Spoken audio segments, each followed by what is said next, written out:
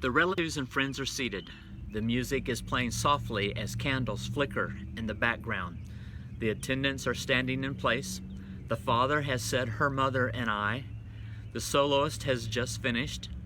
The audience is silent. The minister speaks. Please join hands and repeat after me.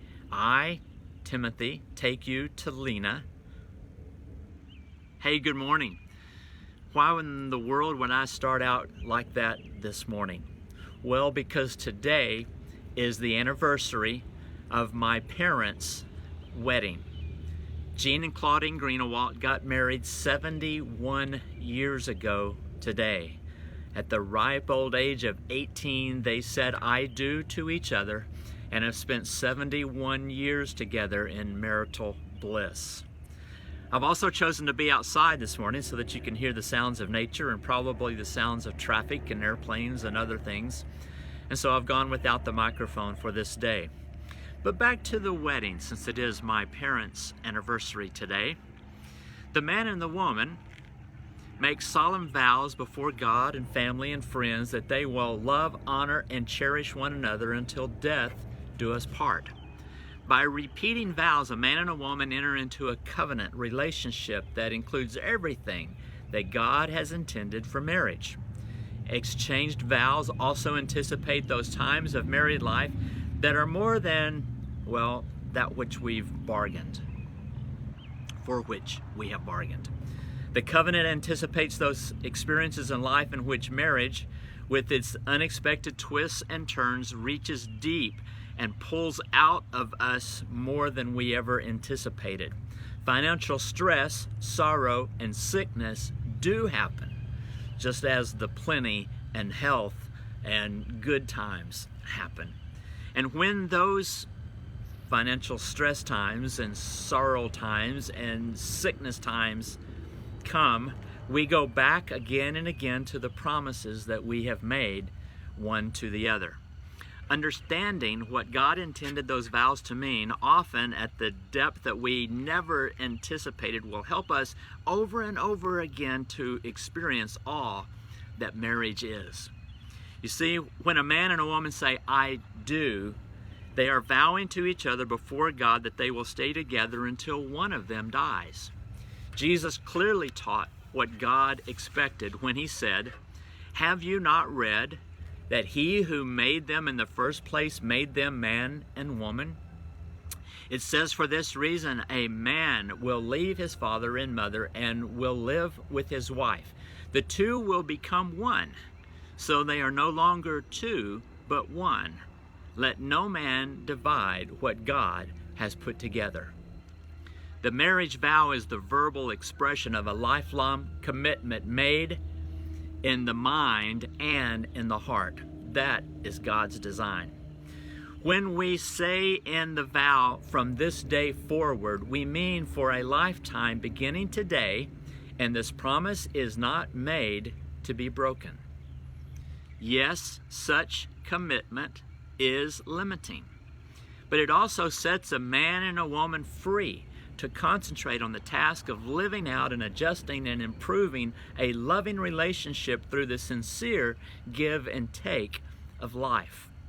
It's a covenant that allows husband and wife to give one another the gift of a vowed love, a lifetime promise that will carry them through physical illness and divergent interests and job pressures and problems with teenagers and unbelievable stress in the relationship. So complex, yet so simple. In the fulfillment of the marital covenant, two become one. The man no longer lives only for himself and the woman only for herself.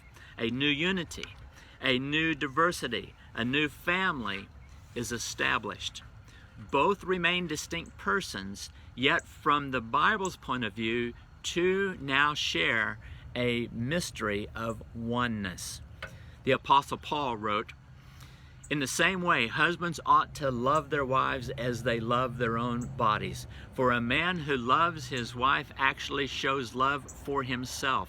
No one hates his own body, but nourishes and cares for it, just as Christ cares for the church, as we are members of his body. As the scriptures say, a man leaves his father and mother and is joined to the wife, and the two are united into one. This is a great mystery, but it is an illustration of the way Christ and the church are one. Paul writing to the Ephesians in chapter 5. As the church is united in Christ, so woman and man become one.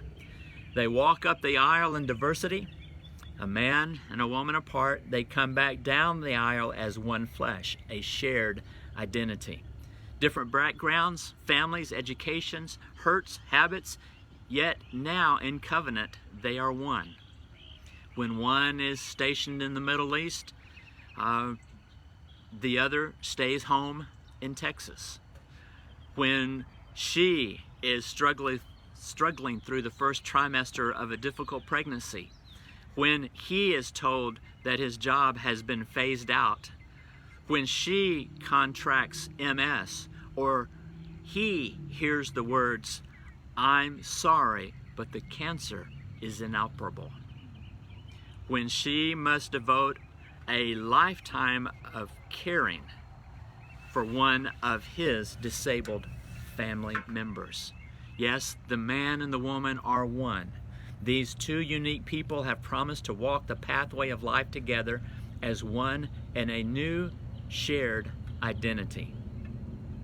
The covenant relationship the man and the woman enter into when they say their vows calls for total faithfulness.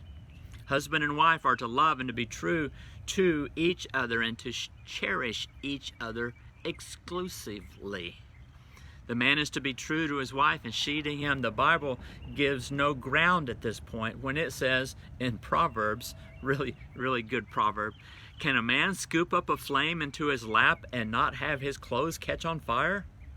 Can he walk on hot coals and not blister his feet? So it is with the man who sleeps with another man's wife. He who embraces her will not go unpunished. Social practices that are current notwithstanding, the covenant of marriage is with one person only. Paul told Titus to have the older women in the church of Crete teach the younger women to be pure. The seventh commandment given at Mount Sinai to Moses and to the Israelites said, "You shall not commit adultery." Jesus repeated this command as recorded in Matthew, and Paul named adultery first on his list of sins of the flesh. And so in the vows we say, "And thereto I pledge you my faith." From this commitment onward, a man and a woman are expected to be true to each other. This is God's expectation for marriage. And if we follow it, then we experience the wonderful promise of marriage. Because of this, we will concentrate our love on our mate. We will not be disloyal. We will not initiate or encourage flirtations. We will flee temptation.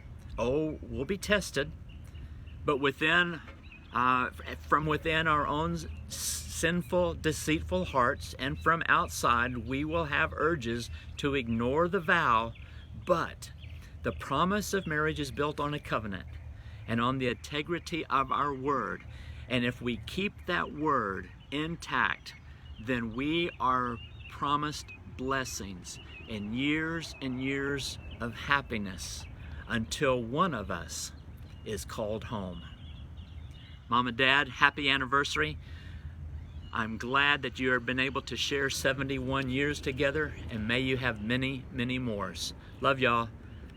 Everyone else, have a great day.